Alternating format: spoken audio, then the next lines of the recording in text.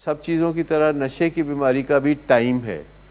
جوں دن آگے بڑھتا ہے نشے کا معاملہ آگے بڑھتا ہے. جوں رات آگے بڑھتی ہے نشہ اپنے عروج کو پہنچ جاتا ہے. ذمہ داریاں دینے سے انہیں اپنے موڈ اور مزاج پہ قابو پانا آ جاتا ہے. جب بچوں کو ذمہ داریاں دی جاتی ہیں تو ظاہر ہے ذمہ داریاں بھاری ہوتی ہیں، اور جب بچے طبیعت کے خلاف کوئی کام بھی کر گزرتے ہیں تو انہیں پریکٹس ہوتی ہے کہ طبیعت کے خلاف ہونے والے کاموں کو کیسے برداشت کرنا ہے. ایک چیز ہوتی ہے جسے ہم لمبک ریزسٹنس کہتے ہیں. ریزسٹنس مزاحمت کو کہتے ہیں. کوئی کام اگر کرنا ہوتا ہے، بستر سے اٹھ کے ہم نے واش روم جانا ہے یا تیار ہو کے کہیں دفتر جانا ہے، تو ایک مزاحمت ہو رہی ہوتی ہے کہ بوجھ لگ رہا ہوتا ہے. دفتر جانا، کام پہ جانا، ذمہ داریوں کے لیے تیار ہونا بوجھ لگ رہا ہوتا ہے، اور آپ اپنی ول پاور یوز کر رہے ہوتے ہیں اور آگے سے مزاحمت ہو رہی ہوتی ہے، کچھ لوگوں میں زیادہ کچھ لوگوں میں کم. یہ جنہوں نے اپنے آپ کو ٹیونڈ کیا ہوتا ہے اور ٹرین کیا ہوتا ہے تو ان کو پتہ ہوتا ہے کہ وہ وقت کے دھارے میں چشمے کی طرح بہتے رہتے ہیں اور ان کو ول پاور یوز نہیں کرنی پڑتی. ول پاور وہاں یوز کرنی پڑتی ہے جہاں مزاحمت ہوتی ہے، اندر سے مزاحمت ہوتی ہے، جسے لمبک ریزسٹنس کہتے ہیں. تو جب آپ بچے کو ذمہ داریاں دیتے ہیں، آتے جاتے اس کو کہتے ہیں او اے کر دے، تو اے کر دے، اے کم کر، او کم کر، تو پریکٹیکلی اس کی جو مزاحمت ہے وہ نیچے آتی چلی جاتی ہے. لیکن اگر آپ نے بچے کو کبھی کوئی کام نہیں کہا اور ایک دن آپ کہتے ہیں یار ایک گلاس پانی تو دینا، تو وہ بہت پریشان سا ہو جاتا ہے کہ تسی کی ذمہ داری پاتی ہے وہ تے. اور پھر دوسری دفعہ آپ کہہ دیں کہ ایک گلاس پانی، کہتے ہیں میں نوکر لگا ہے تھے. کیونکہ جو بچے ہمیشہ آواز دیتے ہیں کسی کو اور کوئی ان کا کام بھاگ کے کرتا ہے، تو والدین جب انہیں کوئی کام کہتے ہیں تو وہ ان کے لیے بڑا مشکل ہوتا ہے کرنا. جب بھی آپ کوئی کام کرتے ہیں تو اس میں ڈوپامین ریلیز ہوتی ہے. یعنی کوئی بھی گول سیٹنگ آپ کے ساتھ ہوتی ہے کہ صبح اٹھ کے آپ نے اپنا بستر بنانا ہے اور صبح اٹھ کے آپ ایسا کرتے ہیں تو آپ کا وہ ڈوپامین ریلیز ہوتی ہے.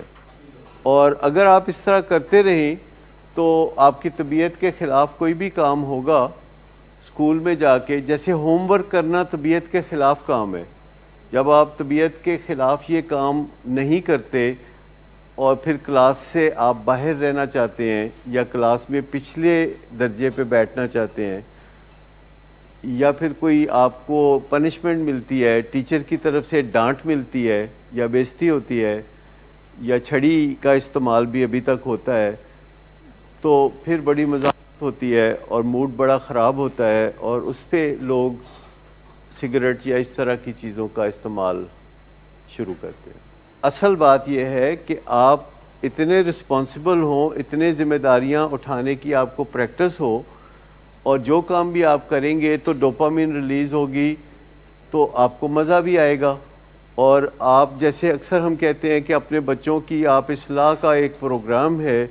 جس پہ آپ چل رہے ہیں، اور یہ جو اصلاح کا پروگرام ہے اس میں جب تک آپ کو مزہ نہیں آنا شروع ہوتا آپ کا بچہ سیف نہیں ہے. کیونکہ جب تک آپ کے اندر اس معاملے کی بدمزگی ہے اور یہ بات ہے کہ یہ ایسا کیوں کرنا پڑ رہا ہے، ہمیں یہ جدوجہد کیوں کرنی پڑتی ہے، تو امکان ہے کہ آپ اس جدوجہد کو ادھورا چھوڑ دیں گے. لہٰذا کچھ بنیادی طریقے ہیں جو کہ آپ کو سکھائے جاتے ہیں جنہیں ہم انمول طریقے کہتے ہیں، کہ کیسے آپ گول سیٹنگ کریں اپنے بچوں کے ساتھ، اور اگر اس گول سیٹنگ کے مطابق بچے وہ کام کر گزرتے ہیں تو پھر آپ انہیں نظر انداز مت کریں، آپ انہیں شاباش دیں اور گلے لگائیں اور پیار کریں. اسی طرح اگر وہ کام نہیں کرتے تو پھر آپ انہیں کوتاہی کا احساس دلائیں اور اپنے ناراض ہونے کا پیغام دیں. وہ کوتاہی کرتے ہیں تو آپ کہتے ہیں میں ناراض ہوں، یا آپ بہت افسردہ ہیں، یا آپ ڈس اپوائنٹڈ ہیں، یا آپ مایوس ہیں، جو بھی آپ کی فیلنگز ہیں وہ بھرپور فیلنگز آپ بتا دیتے ہیں، اور پھر آپ چپ کر جاتے ہیں 5 سیکنڈ کے لیے اور اپنے آپ کو آپ تیار کرتے ہیں سرزنش کے دوسرے حصے کے لیے، جس میں آپ کو یو ٹرن لینے کی ضرورت ہوتی ہے. جو غصہ ہے وہ اب آپ نے ختم کر دیا، آپ نے بتا دیا، اور 5 سیکنڈ کے بعد اب آپ اپنے موڈ کو بدل کے کندھے پہ ہاتھ رکھتے ہیں اور ایسا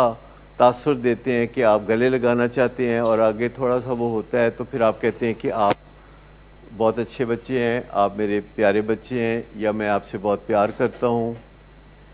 آپ کا وہ کام ٹھیک نہیں تھا لیکن آپ ٹھیک ہیں اور آپ میرا ایک اثاثہ ہیں، اور پھر آپ انہیں گلے لگا لیتے ہیں، اور یہ جو سرزنش ہے اس طرح ختم ہوتی ہے۔ جب آپ تعریف کرتے ہیں تب بھی آخر میں آپ گلے لگاتے ہیں، جب آپ سرزنش کرتے ہیں تب بھی آپ آخر میں گلے لگاتے ہیں، اور اگر سرزنش کرنے کے بعد گلے لگانے جیسے حالات نہیں ہیں تو پھر آپ نے کوتاہی کر دیا ہے۔ اگر آپ یو ٹرن نہیں لے سکتے